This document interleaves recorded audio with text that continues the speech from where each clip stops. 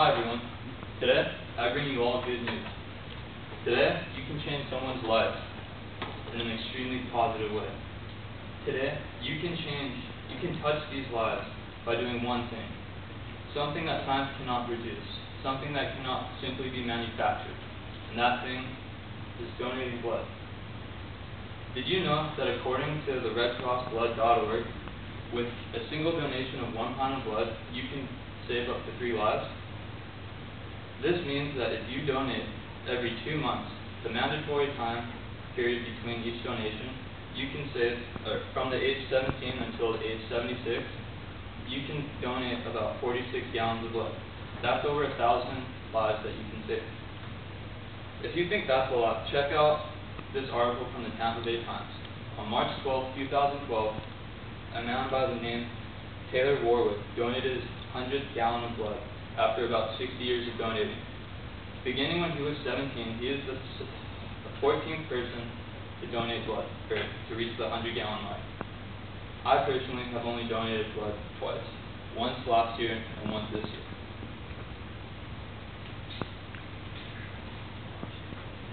You would think that with donors like Mr. Warwick, there should be plenty of blood to go around.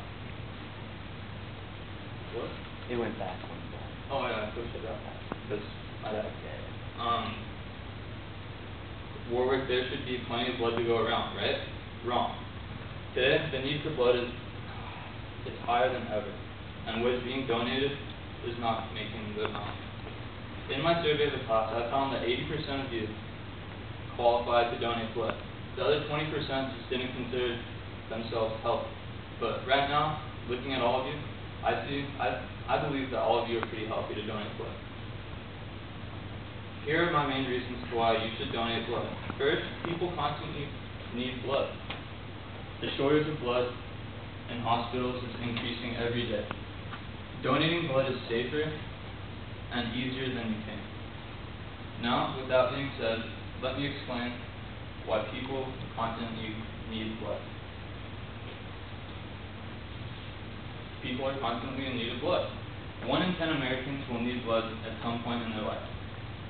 According to the American Red Cross web pages, where I've found vast amounts of information, there are over 14 million blood transfusions a year nationally. That means 38,000 transfusions a day. And if you calculate that, that's over 3,000 gallons of blood an hour. And remember, that's on a national scale. Imagine globally. Blood transfusion patients include people who have been affected by trauma, sickle cell disease, cancer, transplants, and much, much more. A single car crash victim can need up to 100 units of blood. 1 unit is equal to 1 donation, and that's equal to 1 pint. Our injured troops who defend our lives every day are risking their lives every day. They need blood too, so why not simply just donate blood to give them back some life? Sickle cell disease affects 80,000 people in the U.S. 98% of these people are African American descendants, so help a brother out. Your patients need almost 1 transfusion a month. 1 transfusion can use up to 4 units of blood. That's 4 donations. For premature infants like myself, availability of a transfusion can determine life or death. With so much need for blood and the lack of donors, it is clear to see there is a shortage of blood.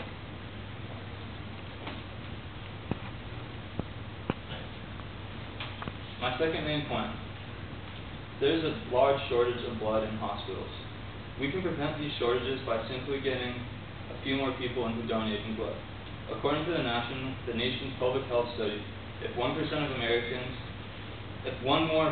Americans start to donate blood, these shortages will diminish. It is ridiculous how if a handful more of Americans donate blood, these shortages can be stopped. On to my next point. Donating blood today is safer and easier than ever. For example, an article from 1994, Blood Supply Safety, explains how donating blood is safer than ever. That was 18 years ago, when we had technology like that kind of cell phone, and I'm not sure like you guys can. But cell phones nowadays are a lot smaller.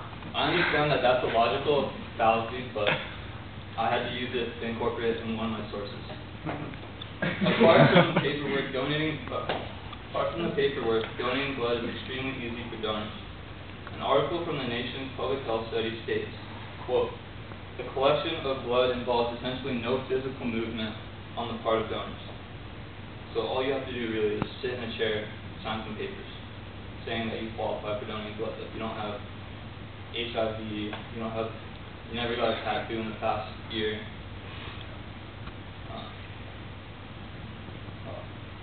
This process can take only an hour, or take up to an hour of your time a day.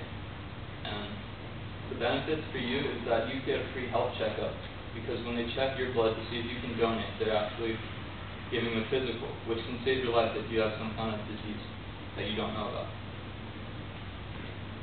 Now that we know how safe blood is and how easy it can be to prevent the lack of donors, let's look at how much difference you can make. Every pint of blood you donate can be divided up into three ways: red blood cells, white blood cells, and platelets. Red blood cells are used to prevent anemia, white blood cells are used to fight infections, while platelets are used to control bleeding. This is very important for people like hemophiliacs, people whose blood does not clot naturally and normally, like ours, but I'm not sure. But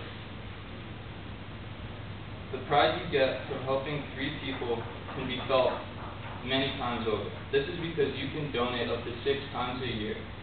With each donation saving up to 3 lives, you can save up to 18 lives in 1 year.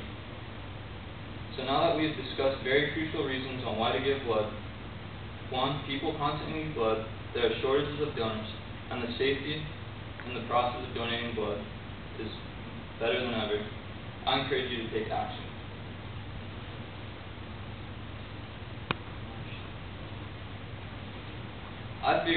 The way I figure it is, what if I had cancer? What if for some reason I needed a blood transfusion, or I was going to die? I would be extremely grateful if somebody had donated blood. I encourage you to think of someone else in a similar situation. If you are above the age 17, weigh more than 110 pounds, and consider yourself healthy, get out there and start saving lives. If it weren't for somebody who gave blood 18 years ago, I would not be here standing today. I would not have been able to graduate high school, to come to college, to give this speech, and I would not have even been able to meet all of you listening to me. That is why I give blood. The chance of saving a life that could be in the same situation as I was. Thank you, and I hope to see you at the next donation.